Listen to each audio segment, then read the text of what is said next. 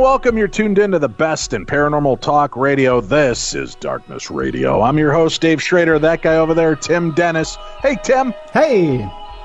You know, we've got an exciting little show lined up today. That's what I hear. You know, we love when local kids do well. Mm-hmm.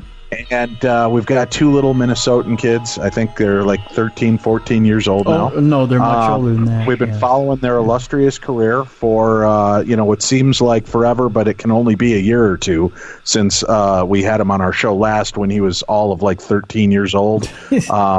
And doing these mock ghost adventure episodes on his YouTube channel. But now that he's grown up, he's like 14, 15 years old. He's out traveling with his sister. I think she's 11. No, I could be wrong. No, much older than that. Much older. Much? Yeah. Much older? I don't think much older, Tim. It's never good to say that about a lady. Listen, last year, big hit series hit Travel Channel. Besides the Holzer Files, that is, Tim.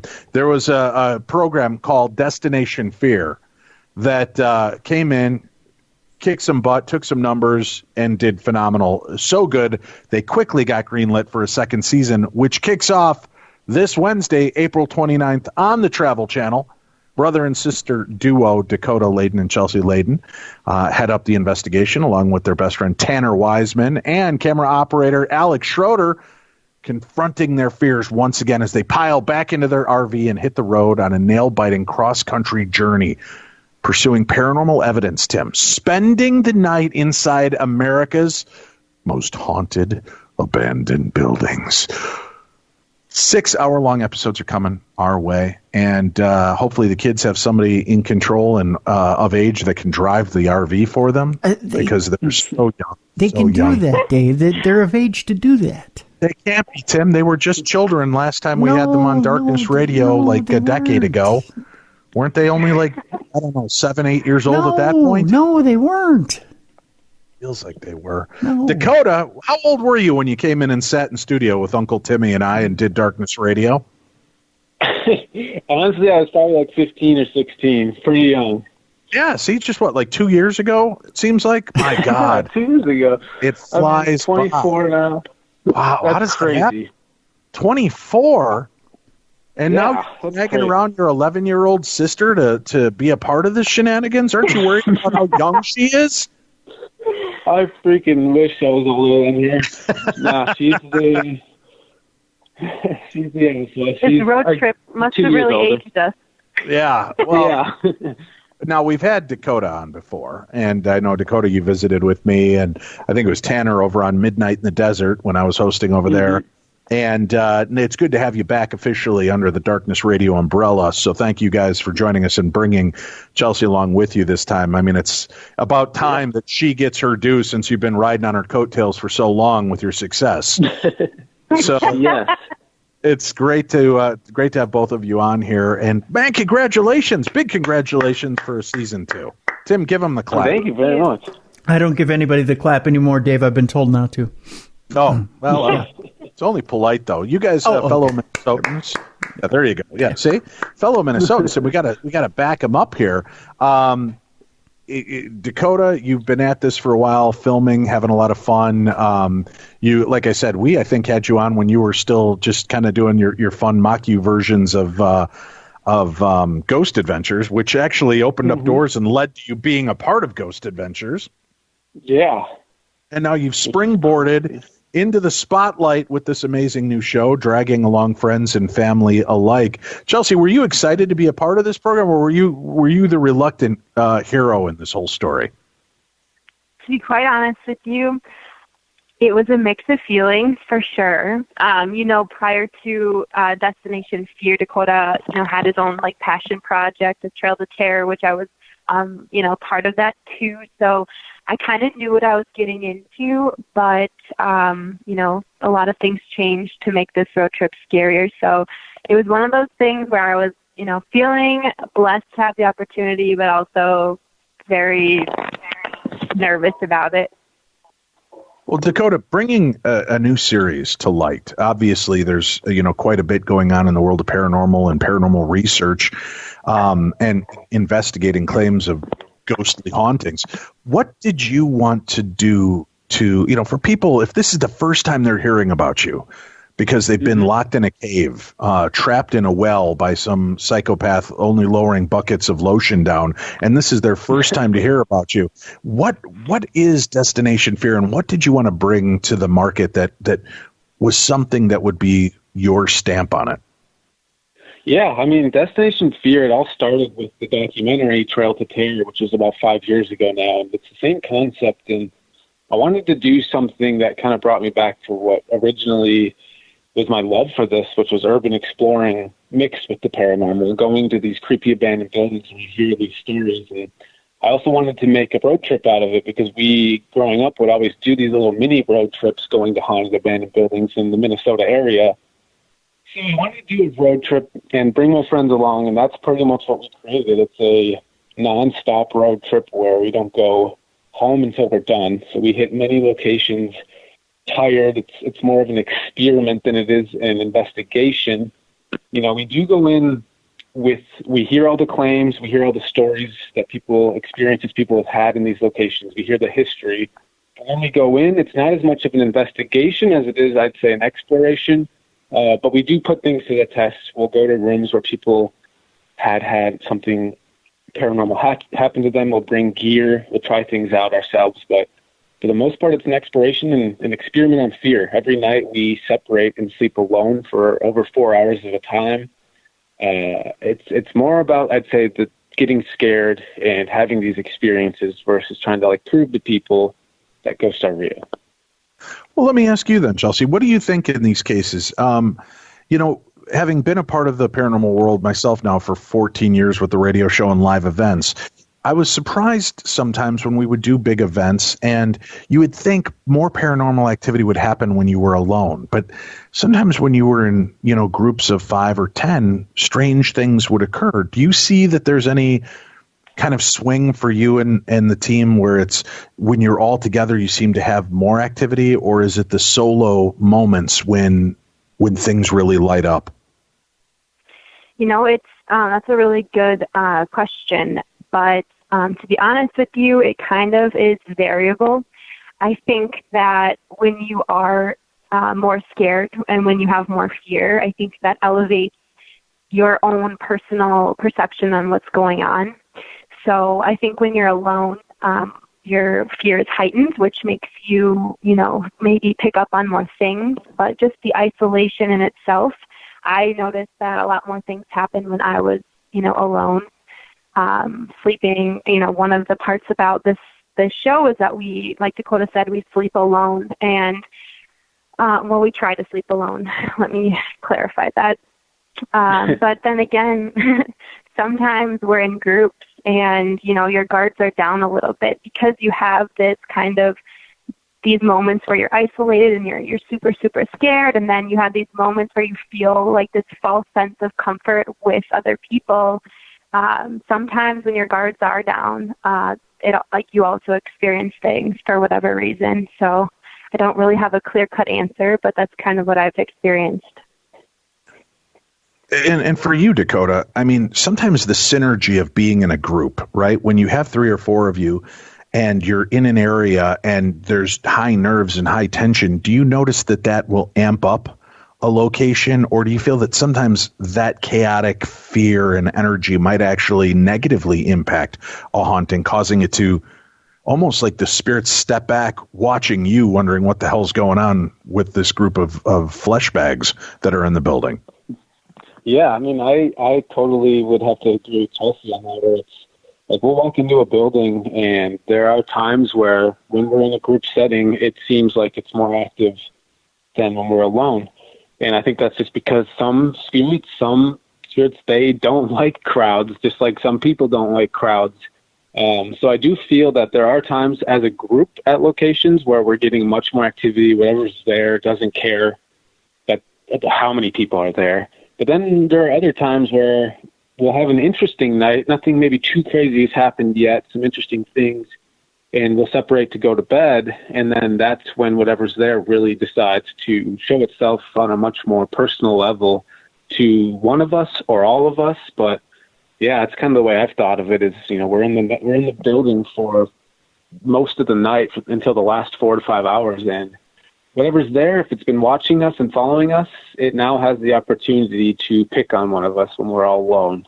And sometimes that happens. But yeah, it's different. Every location is definitely different.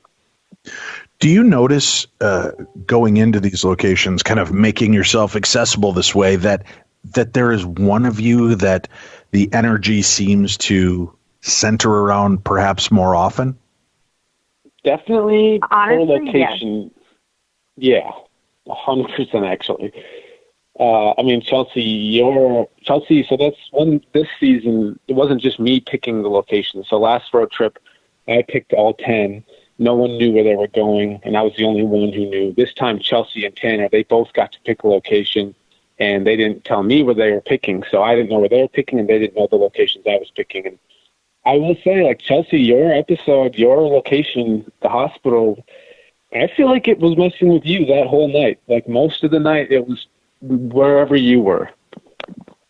I know. It was like my one opportunity to, like, make things scary for you, and I feel like it ended up backfiring a little bit.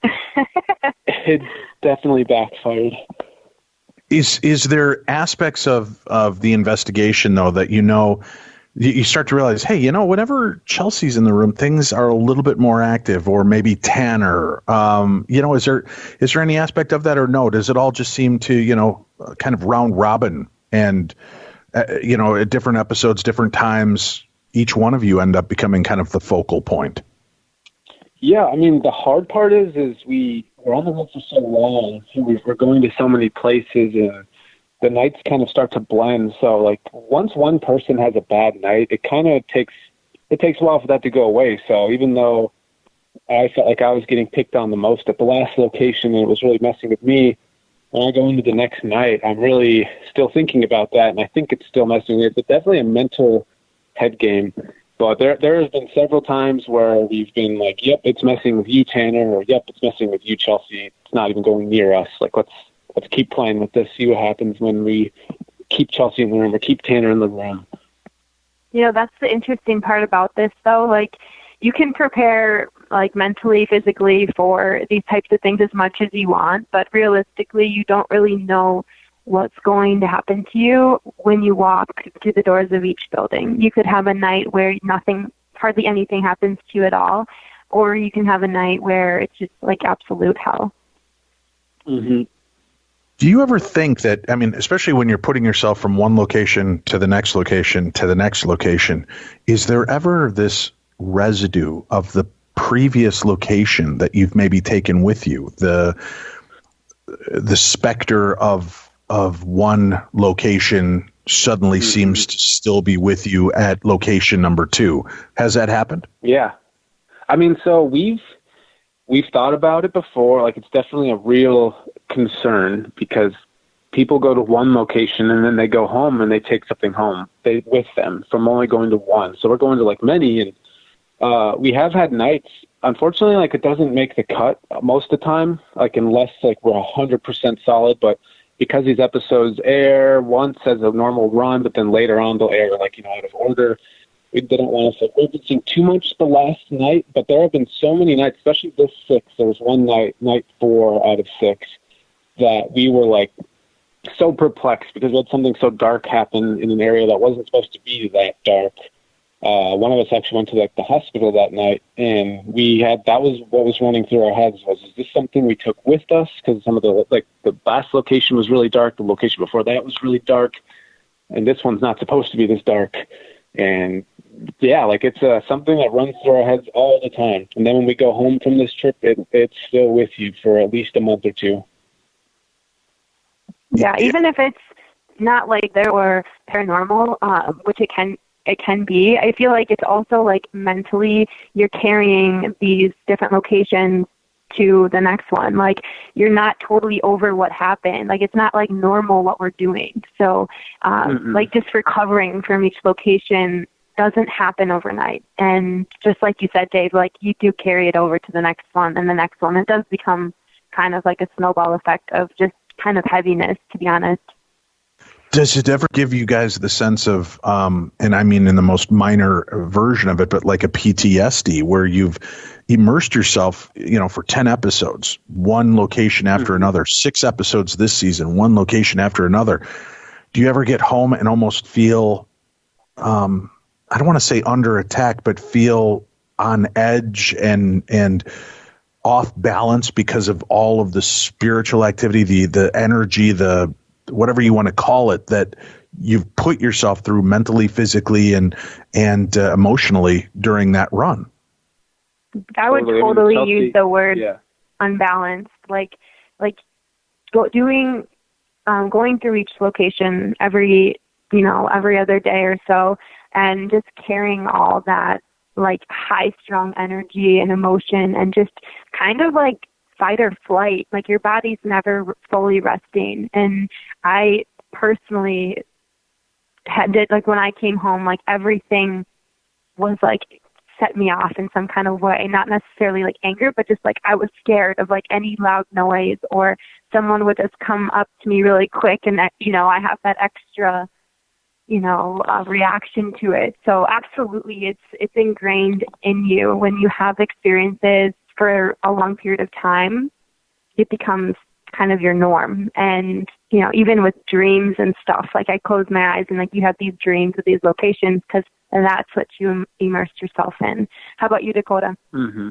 I mean, I'm very similar. When I came back from this trip, luckily I haven't felt like I've taken anything back with me that I couldn't get rid of right away. Nothing has happened at the house, but there were so many nights where I'd be laying in my real bed, not some sleeping like bag on the ground, and I would hear, like, I live with Tanner and Alex, so like I'd hear one of them getting up late at night to go grab something, but I'd shoot out of bed, like, because I'm so trained to be hearing these noises around me while I'm sleeping. And nightmares happened a lot. I had a lot of nightmares this time around about just like my nightmares are always like 2 or 3 nights blended into one. Like it's like I'm in Penhurst right now, but then the end of the dream I'm at a different sanatorium, but it's all just one thing. I don't know. It's so creepy, but it usually takes about a month, I feel like, for me to really stop and just get over it and move on.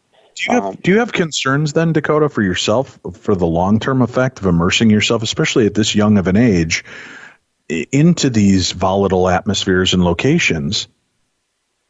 Totally. I mean, 100%. We're dealing with, for me, the hardest part is dark stuff, demonic stuff, where, we go to places where there's rituals or satanic type stuff.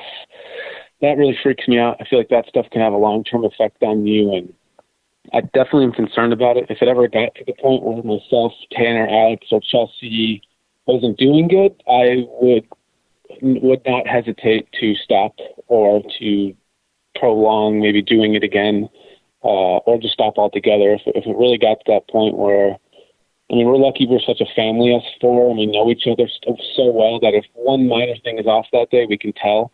So if it ever got to that point, though, where darkness, it wasn't fun anymore, we weren't, like, enjoying it, and it was just really a burden, then, I think we would have to stop, and it could get to that point.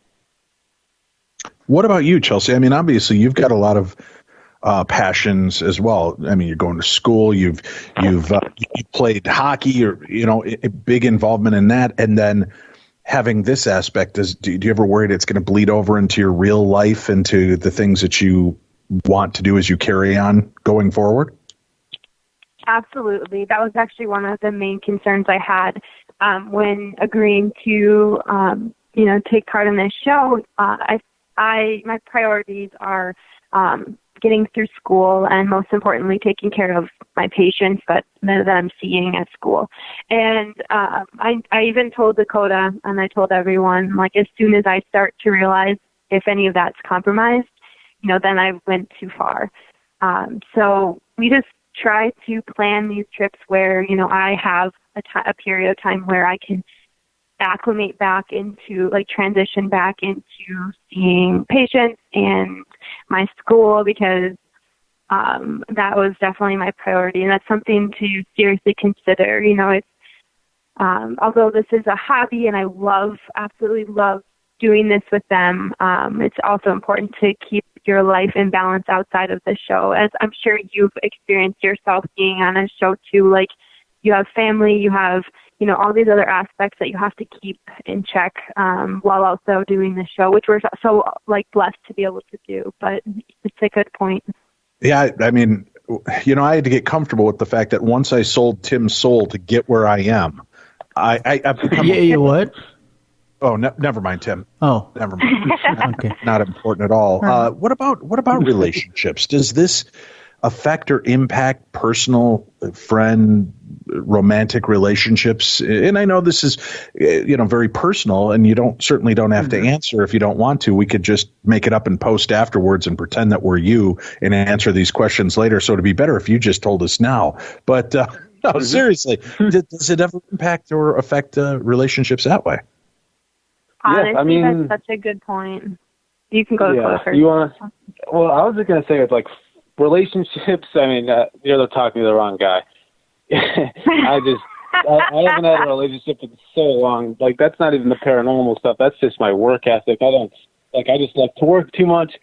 But relationships, with friendships, it definitely does. I'm so lucky I have some core friends that I live with here in Vegas, people that have been friends with my whole life. But yeah, in a weird way, getting a show and people seeing that it's only paranormal, and people who maybe, I don't know, it's definitely hurt some friendships, that's for sure.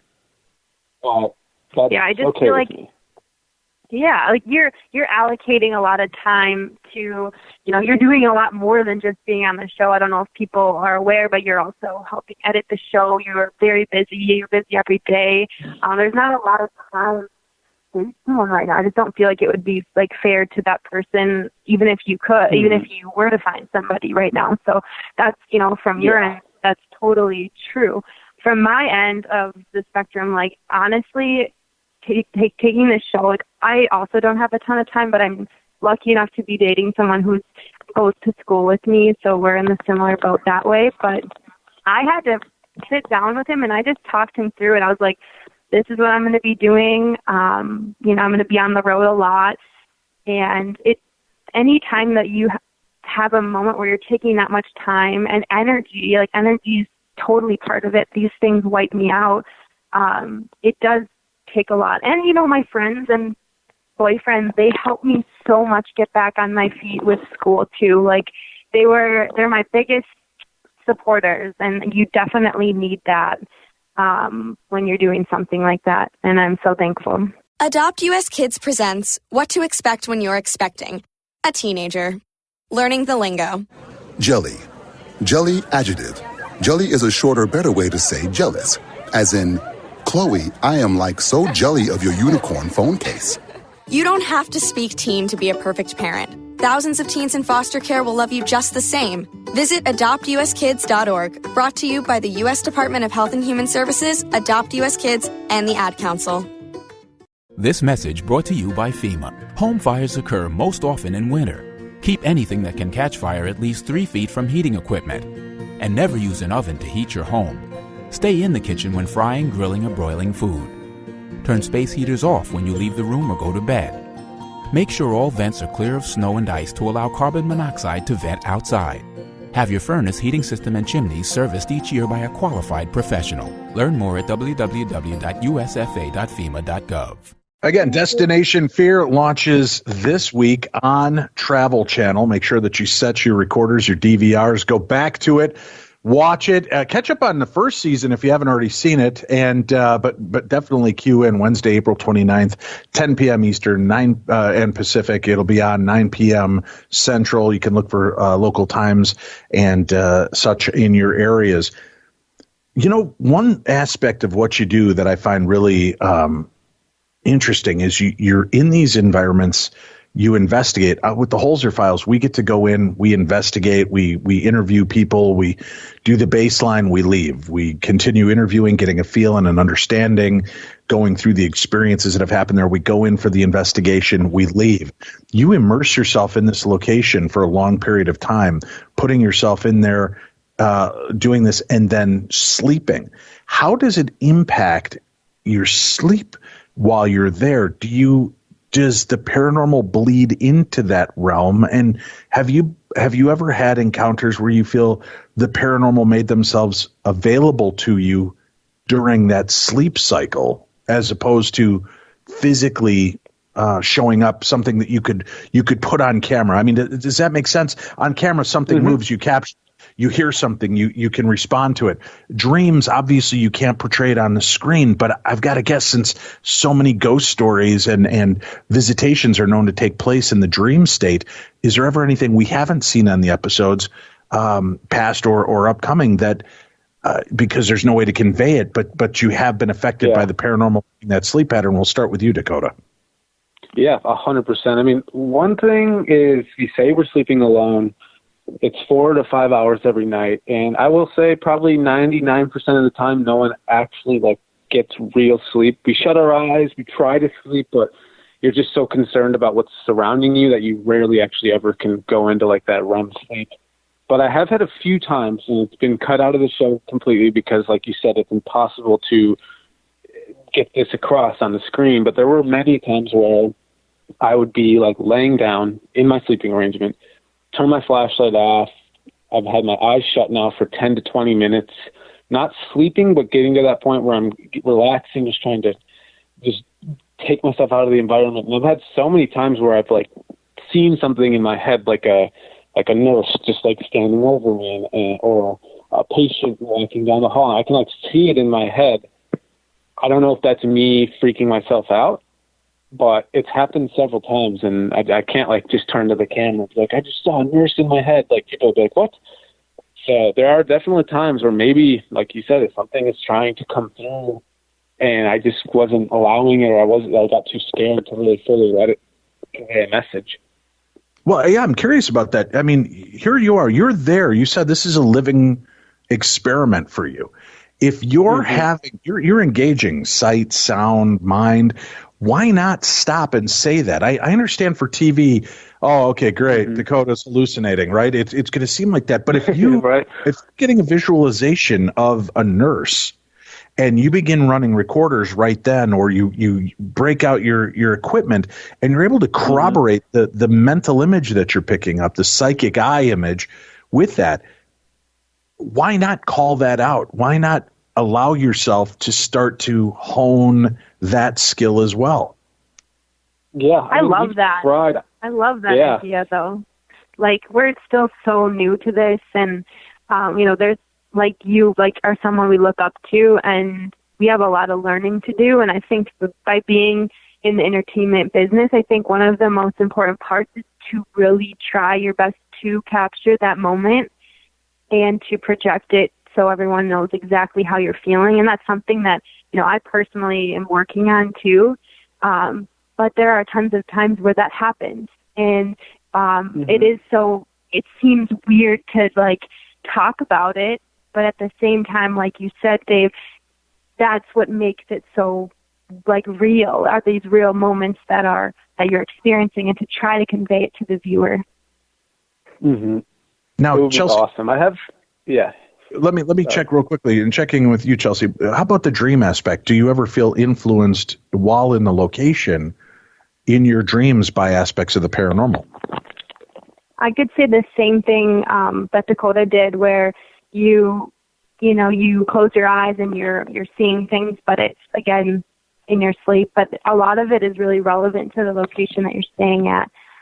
In addition to that, you also question yourself, am I hallucinating? Am I just really tired? I've even had a moment in the second season where I was actually seeing things while I was laying down with my eyes open. But I even messed walkie Dakota. I'm like, Dakota, you're going to think I'm crazy, but I'm really seeing this right now. And it's uncomfortable for me still, because I'm not used to letting the world in on my experiences. I'm still warming up to that, but totally happens. I mean, you said that night. You walkied me and Tanner and told us that you were seeing these white mists with your own eyes. You're like, I'm not seeing things. And you're an eye doctor, so you would know if you're doing things with your eyes and trying to adjust to the light or whatever. We watched back the footage, and there were these white clouds of mist in your room right when you said you were seeing them.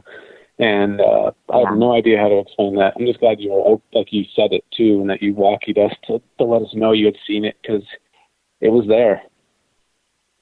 That's a great point, Chelsea. Being involved in ophthalmology and understanding the eye, that's something that I'm always cautious of when we're in investigations, especially when we're using flashlights for quick checking something and turning it off. Your eyes are constantly adjusting in low light settings, looking, the aperture is changing, trying to soak in what little light there is, see things.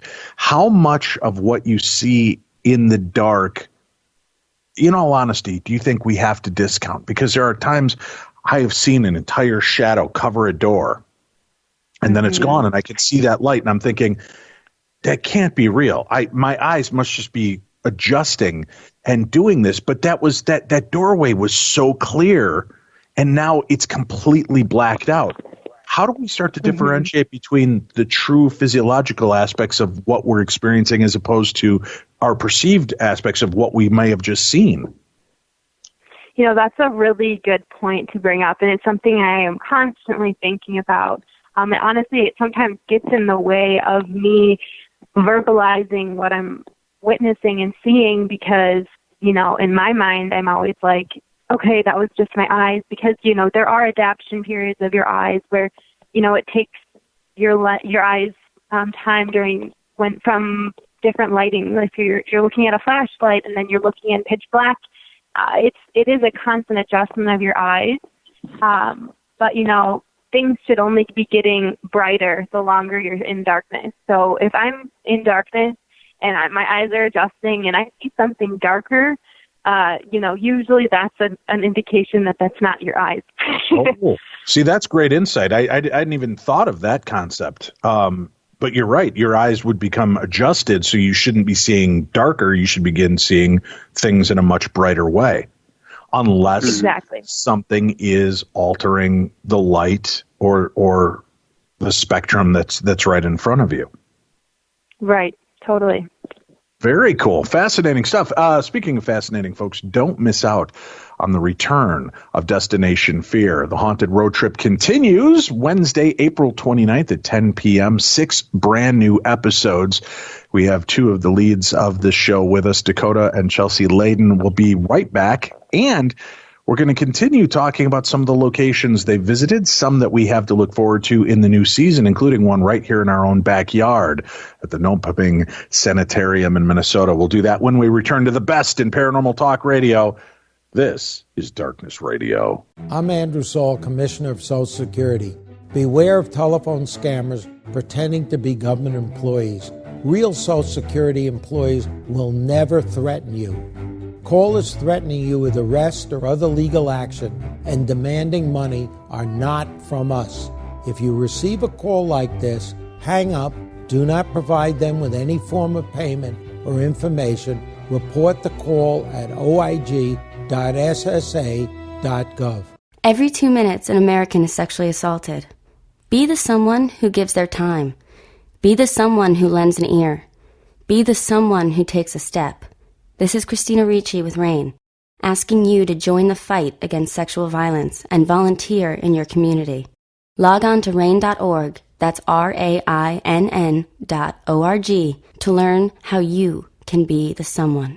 This message brought to you by the Rape, Abuse, and Incest National Network and this station.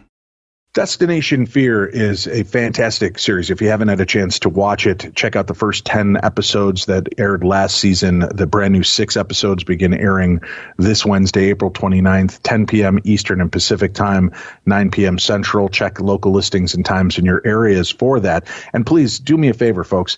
With shows like this, I know you tune into our show and you watch shows like this because you are fascinated with the supernatural and the paranormal. You want more great programming, especially out-of-the-box programming like Destination Fear. When the show airs, if you cannot watch it live, watch it within the first 2 or 3 days you've recorded it so that it actually counts towards the ratings. By doing that, you can assure that there will be more seasons of all of your favorite TV shows. So try to watch those episodes immediately within the first 2 to 3 days of airing. All right, Dakota, Chelsea, let's talk last season. What are some of the standout locations? And I want to hear your top, let's say 3 for each one of you. Dakota, last season, what really stood out as the top 3 locations that you guys had a chance to experiment and experience? Yeah, I think for me, my top three would be Sweet Spring Sanatorium in West Virginia. We had an experience there I will never forget. We don't know yet if it was someone breaking into the building, an actual outsider coming in and freaking us out, or if we were hearing dead-on spirits yelling and talking. It sounded like it was like 15 feet away from us. We got it on camera, but there was no one there. We did searches of the whole property. We found no one. It was one of our scarier experiences because it brought down a whole new level of fear. Like, it's either something paranormal, which is terrifying, or it's something human, which might even be more terrifying. There might be someone in the building with us. See, I give you a lot of credit. Scary. Doing our show, obviously, when we get locked in, we are there alone. It's us. We've got our camera guy and sound guy with us, and that's it. But, outside the perimeter, we keep it as clean as we can. We keep people, a couple of the people keeping an eye on the outside so nobody does approach or try to get into the buildings that we're into, creating false positives. You guys are really kind of out there on your own. That's got to be kind of a mind screw as well. It really is. And that was like the first location that really we realized how crazy this could get. And there were a few stops after that one that we had people, like a police officer at the front of the driveway leading up to one of the hospitals, because it was so notoriously explored by urban explorers all the time. So that we took some precautions after that one. I would say my second would be, oh my gosh, there's so many good ones, but I think Moundsville Penitentiary was really fascinating to me. I had marks show up on my back that I had never really experienced. It wasn't allergies. It wasn't me bumping into something. It looked like lashings or something on my back. And then the scary Fairfield County Infirmary, I think, blew me away. It was our 9th stop last trip. It's a small infirmary. It was the smallest location on the trip. I was totally not expecting it to be a crazy big night. I thought because it was the smallest, it would be maybe the easiest because we were all going to be closer. And no, it was probably our hardest, most challenging night with movement. We caught a door moving. Could have been the way of the land, because people have reported so many doors moving in that location, and it is at like a weird shift to the balance, but it freaked us out, and we were not the same after that night. All right, so you've got these locations. You're having different experiences that really kind of impact you and influence what you're doing. Out of the locations that you visited in first season, and Chelsea, I'm going to still get to you in a minute here, but Dakota, are there any that you think there is no flipping way you could get me to go back ever to this location? Is there any one of them from last season that stand out to you that way?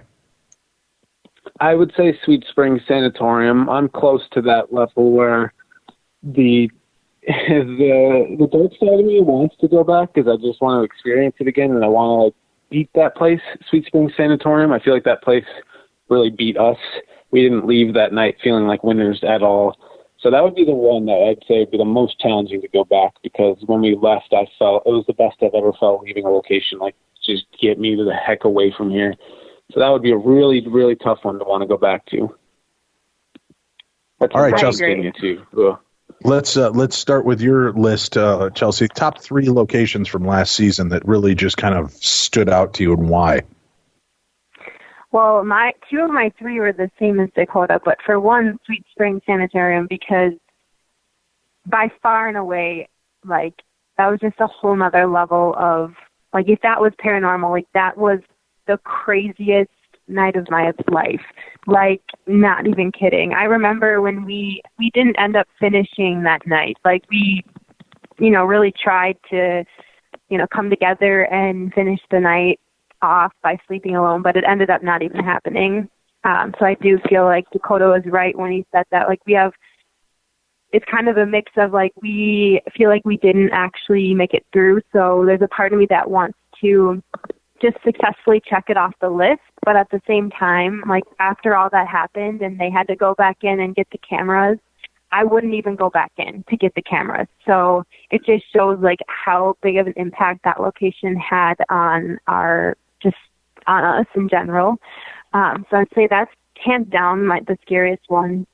The second most scariest for me was the Statler Hotel in Buffalo. because it was just so big. It was the biggest location I've ever been to. And I kind of drew the short straw by having to sleep on the highest floor in the whole hotel. So that was pretty freaky, and it tested me beyond comfort for sure. And it was just a really interesting place. So like I'd still go back to that one if we were given the opportunity to, because it was such a unique place. And the third one I said was Fairfield too, just with that door opening. I've never really seen, or had someone firsthand like see something like that visual. So that definitely scared me too. Now, Dakota, you've had a chance to visit many locations through the years. Is there one location you've ever been to where you can really say, Dave, this place should just be knocked down and burned from existence? It is too dark, too scary, and something evil walks that hall. Yeah, I think there's a few that stand out in my head that would really go there.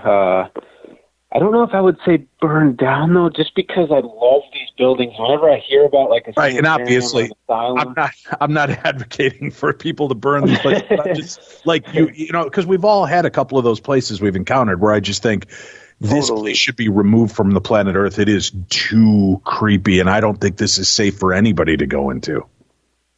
I think of this season, the locations we went to, there's a location called Hillview Manor in Pennsylvania, and I don't know why, but every time I've gone there, I've been there twice now. Every time I go there, I have something so unexpected happen, and it's never what you would expect. Like this time around, one of our crew members, Alex, he was super affected. It was the worst I've ever seen. Out of nowhere, too. There's not really supposed to be anything evil there, and we had such an evil encounter. And then we went to a location called the Sheboygan Falls Asylum in Wisconsin, which is actually our 6th episode of the new season. And it was so terrifying, so creepy. It was a never-before-seen asylum. We could only talk to, doing the research, there's only one paranormal group who was allowed inside so far, and it was a local Wisconsin group. So that was all. Like usually when we go to a building, we have all these stories and all these claims to go off of, but this is the first time we only had one group who had been in there, and then we were the first to actually go spend an entire night and document it for TV. And it was just so much scarier that night. We had some creepy encounters. I'm not going to say what, because it'll totally ruin the episode, but that might be a location I would say maybe just get rid of. Hillview Manor, and then probably Sweet Springs Sanatorium still. All right. It is weird, right? There are some places that just impress upon you such an aspect of fear. Mansfield Reformatory, the Ohio State Reformatory. Sound familiar to you guys? Are you familiar with that location at all? Yeah, I've definitely heard of it. That place, to me, it has two sides. It feels, there's one part of that building to me that I feel like they could just nuke off the planet and the planet would be better for it not being there. The other side, certainly active, but doesn't have that same dense propensity for just darkness and creepy, crawly vibes. I don't know how else to explain it, but that was one of those. And I love it. I love Mansfield. It's an amazing location, but it is truly interesting to me standing in there, how the two sides of the building feel like two totally different universes. I don't know how else to even place it. That's honestly like such a good point, because I feel like when we talk about these buildings, we talk about them as a whole, and we talk about their story as in like the whole building, but really it's so true when you say like the building itself has so many different parts that can just show itself in totally different ways. Now, Nopeming. I was lucky enough when I was working behind the scenes on Ghost Adventures. Zach, he said, Dave, let's go to Minnesota again. We did Palmer House. what else have you got there, man? And I'm like, we're Minnesota. We don't have insane asylums. And I start laughing and then realize just how many of these buildings there were here at one point. And of course, in Anoka, the Anoka State Hospital, everybody's always wanted to get in there. And I am constantly told these terrifying stories of the tunnels beneath the buildings. And we, of course, just could never get access. And then somebody pointed out, Dave, have you ever heard of Nopeming up by Duluth? I'm like, no, or Nopeming. And I said, no, what is it? And I started doing a little research. I found a team that had urban explored and broken into it a few times and did some investigating. And then we reached out and actually able to communicate with the people that ran it. And at first, I know they were reluctant. And I said, listen, you're trying to save this building. And I believe it's a Kirkbride building, isn't it? Yes. Right. So it's one of the rare Kirkbride buildings. It's beautiful, the history of it. And I talked him into allowing us to go in there. And I know Ghost Adventures was deeply affected by that location. You launch there for season 2. That's your first episode, am I right? Yep, that's the first stop.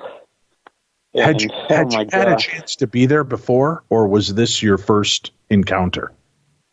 So we'd all dreamed of going there when we were younger. Once Ghost Adventures has been there and became a place, we were like, oh, we have to go there. But we never could because we didn't have access to, we didn't know the owner or anything. So when I was in Duluth with my buddy Alex, who's on the show now with us, a few years ago, and then Tanner came up to visit us, we went onto the property of Nopeming. We didn't have permission, so that was wrong. But we didn't go in.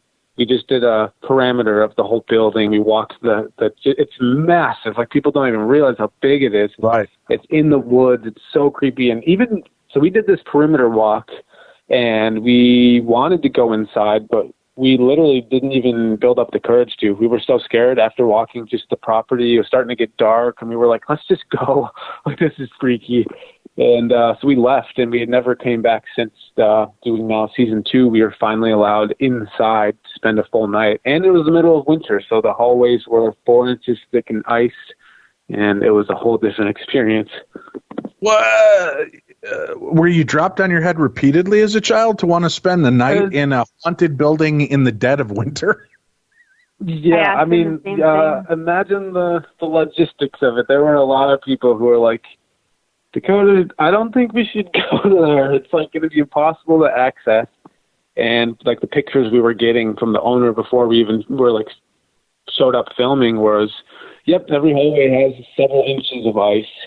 And so it was really dangerous, really scary. And I'm so glad we did it, though. It was like a bucket list. We got to check that off the list, a place I've always wanted to go, and it was right in our hometown. It's awesome. We got to kick off the season at our hometown in our house. Everyone flew into Minnesota, and we started filming right away, picking each other up at the airport and hanging out at our childhood house where we all used to hang out. And from there, we go to Nopeming, our dream location. And what about you, Chelsea? What was it like for you, aside from getting past the cold? First of all, I don't even know how in Minnesota winter you can keep together enough in the cold to investigate. That might have been the end of my investigative career, but once you're in there, what is it like, and how does that impact? Do you notice any difference in the way a haunting takes place now that there's maybe a higher level of static electricity because of the dry, crisp Minnesota air? What did you pick up from this? Yeah, well, before we even went into the building, I was really upset when I found out where we were going, because it was a place that the guys have always talked about growing up. So it was a place I wanted to go to, but not in the middle of a Minnesota winter. So that was kind of my mindset going into it. But on the other hand, I, didn't know if I could even do it. I knew I was from Minnesota, played hockey, and have been in the cold my whole life, but this is another animal. I'm not kidding. I was really concerned, really concerned. But when we actually went into the building, at first I realized that I was so bundled up that I was losing the ability to sense things physically, because I had so many layers on. So usually part of season 1 that was different was I just felt like I was just, so exposed compared to being all bundled up for winter. But on the other hand, like, I just feel like so much more happened in the winter. Like, I feel like we just had so many experiences that, like, I feel like, Dakota, you even had to cut out a bunch of stuff, like, because it was just like so many things happened. And I don't know if that's seasonal. I don't know if that impacts it, but it was definitely more than I expected. One thing about the winter that's like is time. The last season, it was the summer, so we would be arriving at each location around 8 o'clock at night, spending the night till about 7:30, 8 in the morning.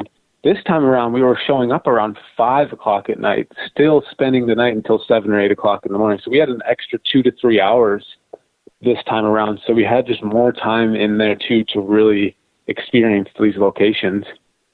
Because we wanted to make sure we got our arrival shot. Like, we wanted our arrival shot to be during, like, when it was still kind of light out. It wasn't that we, like, chose to do it extra 3 hours, but it was because of how we had to kind of time it. And when I found out it was an extra 2 to 3 hours, I was about to cry, to be honest. But you get in there, you're digging through this. I mean, did it give you almost this sense? I would guess it had to give you a sense of even more isolation and kind of that, what's the word I'm looking for? Claustrophobia. Because you are so bundled up, you're alone. It's so cold and everything. Did that add another dynamic to the investigation itself? Yeah, I was so uncomfortable. Me too. It was all about comfort. It was just so uncomfortable, so much more cold, less energy now. A lot of your energy is used to staying warm. And especially Nopeming, because it's into the woods in Minnesota, it really, really felt secluded with, like, we couldn't even bring the RV up to the building. Usually we can drive the RV pretty close to a door and get out and unload. Oh, no, Tim, they couldn't bring the RV up to the door. They had to walk. But that was, like, honestly really scary, not being able to even bring the RV up. We had to go last minute because we had met with someone earlier the day, and they had told us, like, you guys are not going to be able to get up there. We're like, what, really? They're like, no, like, they called last week, but it's not even going to be close. So we got, like, a 4-wheel drive rental car, and that barely made it up, too. And that was freaky, knowing that if we can barely get up here, like, no one else can. Like, if you need help. We had to shovel our way to get into the building, Dakota. I know. Like, the front, like, pass. Oh, that was so creepy. Can I also say something? Just I feel like it deserves credit. Right. The porta potty was outside, like 100 yards away. I'm not kidding. And it was terrible. Well, at least you had a porta potty. When I was a boy, we just had to pee in a hole in the ground, and we liked it. Oh, God. Yeah. Yeah, I will say that when people ask what's the worst part of investigating, it's in some of these old buildings, you have to use a porta potty that's outside that smells like it hasn't been changed since the Revolutionary War. Those are brutal. So you've got, obviously, Nopeming. What are a couple of the other locations we can look forward to in season 2? And you did a 6-episode truncated season this year. Is that something you feel a little bit more comfortable with because you're able to really kind of give it to those 6 locations as opposed to spreading yourself thin, trying to stretch it out over 10 or 13 episodes? I think 10 is, like, perfect for the summer when we have energy. But, like, when we did 10, by episode, like, 6 and 7, we were really getting tired. And I was like, okay. But this time around is, like, episode 3. It was like, oh, my gosh, I'm tired as I was midway last time. And I think if we're going to do another winter one ever, like 6 is perfect. It's enough. You can do it. It doesn't absolutely destroy you, but it comes close. When some of the locations, I mean, this is what gets me excited, is haunted locations and big abandoned creepy places. I already mentioned it once, but one that, other than Nopeming, I think the one I was most excited for was the Sheboygan Falls Asylum. That's in Wisconsin. It's another asylum. It's similar to Nopeming, where it's in Wisconsin. So I had heard of this place for a long time. Never once thought I would get allowed access. They weren't even allowing people really in. And we just got really lucky with timing. And we called the owner. The owner recently had let, like, a local Paranormal Wisconsin group inside. and that group had all sorts of stories, and the owner was cool with us coming, and that to me was really exciting, being able to be like, oh, we're the first to go in here. And it was a challenge for us too, because we're growing, we're learning as we go. We still have so much to learn and get better at, but this was one of our first true tests, where normally we have dozens of stories to go off of, but this time around we had just very few, and over half of that location was completely unexplored. The tunnel system underneath it had never been explored by anyone in the paranormal. And so that to me was like, oh, so exciting. This huge, massive asylum that's reportedly haunted in Wisconsin. Yeah, I mean, it's amazing to find these places that are like literally your neighborhoods, your back door. You don't even realize that they exist until you start digging around and getting out there. Mm-hmm. Now, totally. I'm curious, in what you've seen in the first, 16 episodes that you've done, are there tweaks? Are there things that you see that you're like, you know what, when we come back for a season 3, we need to change things. We need to bring in this aspect, or we need to take it past the boundaries of these 4 walls and go beneath the building or go outside the building and really kind of do something unprecedented. Do you ever feel that pressure? Because obviously, being one of the creators and the driving force behind that show, it's got to be a lot of pressure for you as well. Yeah, I mean, I think for me, the biggest pressure is just like, I want, like you were saying, like to me, it's really important that no one, even though we have a couple camera guys filming when we arrive, they film us getting out of the RV, unloading all of our gear inside. But at that point, that's always a very big thing for me. I want to be here alone. I don't want everyone leave, get out of here, far away. I don't want any noise containment, because if I hear something, I don't want to find out that it's one of our security guys at the end of the driveway just watching but coughing really loud. Like, that's really important to me. In terms of like experiments, I mean, honestly, I just always want everyone to be at their best. Like when we go in there, I want everyone to be open and honest about what they're feeling, even if it sounds crazy, what they're seeing, even if it sounds crazy. And that's all that matters to me. I think upping the ante is the only way I can really do that, is by keep picking scary locations that I know are going to freak us out. And that's all I can do.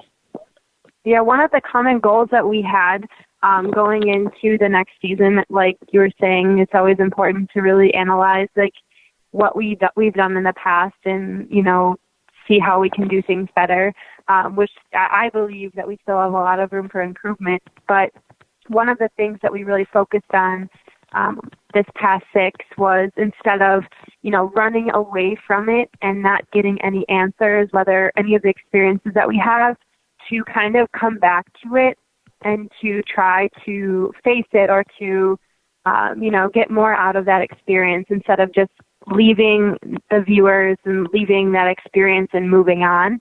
We try to get better at that, because I feel like that was really important too. Very cool. You've got, do you have aspirations aside from the ghosts and the demonic to investigate if someplace, said, hey, this place is really haunted, but people have claimed to have alien abductions right in this area as well? Would that be something that would interest either one of you, or Bigfoot encounters, something that would take you past the element of what you're doing and maybe down a whole new rabbit hole?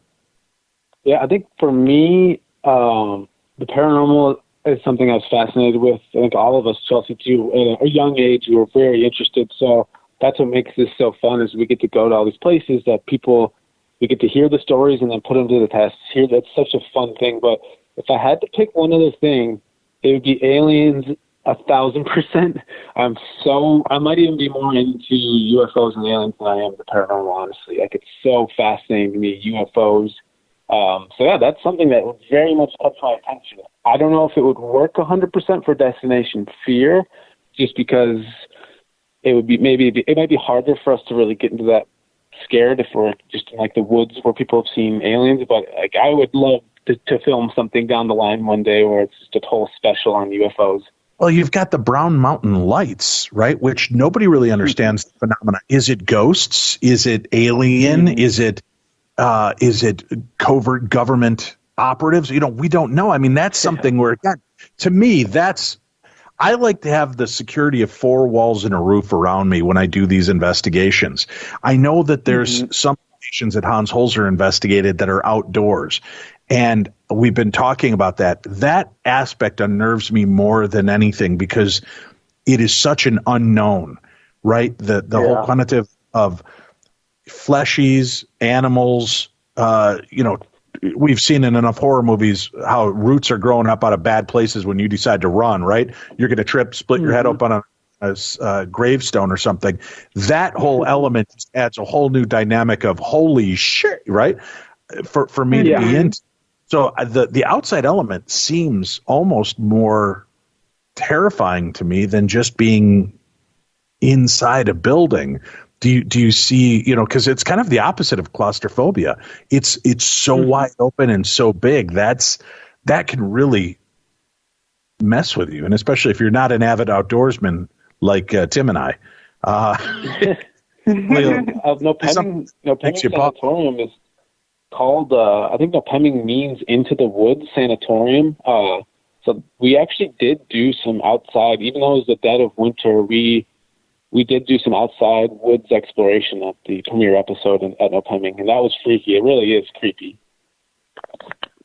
Very cool. Well, you've got, so much going for you and a great resume behind you of all the stuff that you've worked on and where you're going. Do you see yourself, do you have a limit? I mean, do you see this being something you want to continue on with 20 seasons in, like a Ghost Adventures, or is this something you see that, I'd like to do this for 4 or 5 seasons and then maybe break the walls down in the way UFO experiments and experiences are documented? Yeah.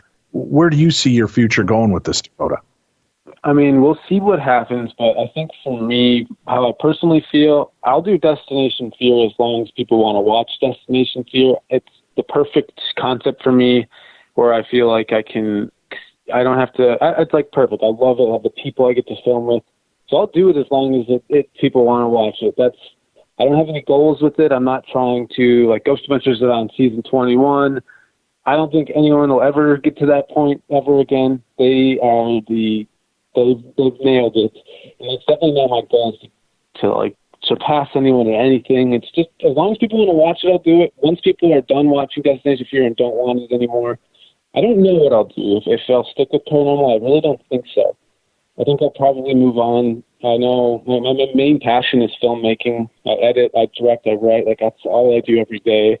So I'll definitely continue with that. I think sometime down the line it'd be awesome to do comedies again, maybe even a horror movie. That's where I see my future, hopefully, is I'll do Destination Fear, but once it's over, I would like to continue the filmmaking stuff. What about you, Chelsea? I mean, this obviously is a divergence from your life and career path, but how long could you see yourself wanting to remain in this? Even if Dakota, like he said, as long as the fans want to watch it, are you of that same mindset, or is this something you think, hey, I've been there, done that after 3 or 4 seasons, guys, it's time to, make Tim Dennis go out with you for a while? Yeah, I mean, I've been asked this before, and to me, like, I am always a person who is open to trying to make things work, especially if I'm passionate about it. And as long as the opportunity is there, and like Dakota was saying, if people still want to watch it, I would love to continue to participate in it. I know I'm going to be faced with some big decisions in the future because, we're talking about like my career now as a doctor and those things. So there's things that need to be figured out and some decisions that need to be made. But I'm totally on board to continue to make Destination Fear as long as it's in demand. Yeah. Well, that's excellent news. All right. Guys, we wish you a lot of success with the launch of the show again coming out this week, the 29th. People, again, Wednesday, April 29th, 10 p.m. Eastern and Pacific, 9 p.m. Central. Find it in your local listings and watch the show.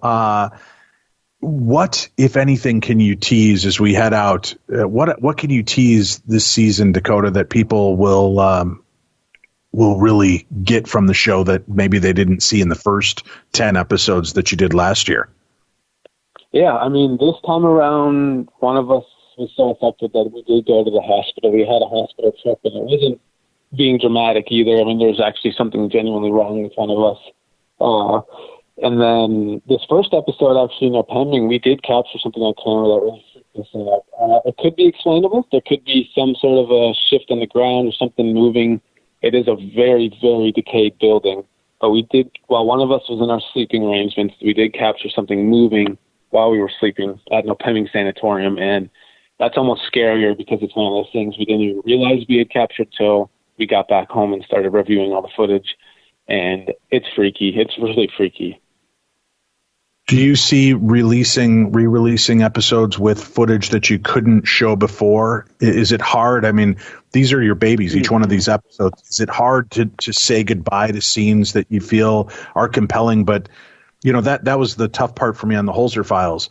There are things that we capture, evidence that we show that doesn't service the story we're telling. And it's cool and it's compelling and it's terrifying, but what we're examining is, you know, we want to really kind of, you've got to keep the story on task and make the best of what you've got with it. But there are so many different elements of the show that we felt brokenhearted that didn't make it. How often does that happen to you?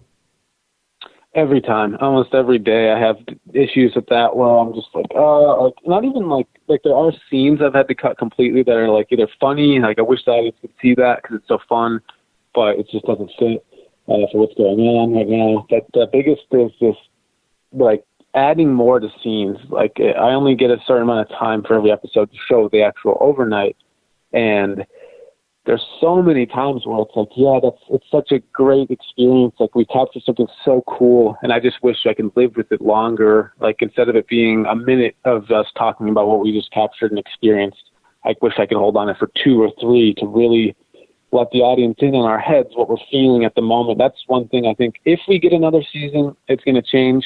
I think more minutes will be dedicated to the overnight and less minutes will be dedicated to the build-up and the setup and the end of the show. What do you think about extending a location over 2 episodes? Is that something? I would love to do that. I mean, I'm so game for that, especially if it was a location I was excited about, like Nopeming or a Sheboygan Asylum in Wisconsin, something like that, where I'm like, okay, I would love to do that. Even spending more than one night at a place would be cool. Like get a first day done, spend the night there, see how it goes, and then put it to the test for a round 2 the night after. There's so many ideas. I'd totally be down for that, though. Excellent. Dakota, Chelsea, thank you both for stopping in and sharing some stories with us, some insights into the new season. We wish you continued success in wherever your futures take you. Thank you both for being here with us today. Thank you, Dave. Thanks for having us. It's always a pleasure. That's it for this week, kids. We'll be back again Tuesday with the best in true crime talk radio. Next week with even more of the best of paranormal talk radio, and we've got great shows lined up for you folks you're not going to want to miss. As a matter of fact, next week we're going to talk about quantum science, and it's pretty fascinating. Dr. Carl Kalaman will be joining us as we delve into the world of alternate realities, mind-bending possibilities, and more. So make sure you tune in and check out the best in paranormal talk radio. I'm Dave Schrader. That's Tim Dennis, and this is Darkness Radio.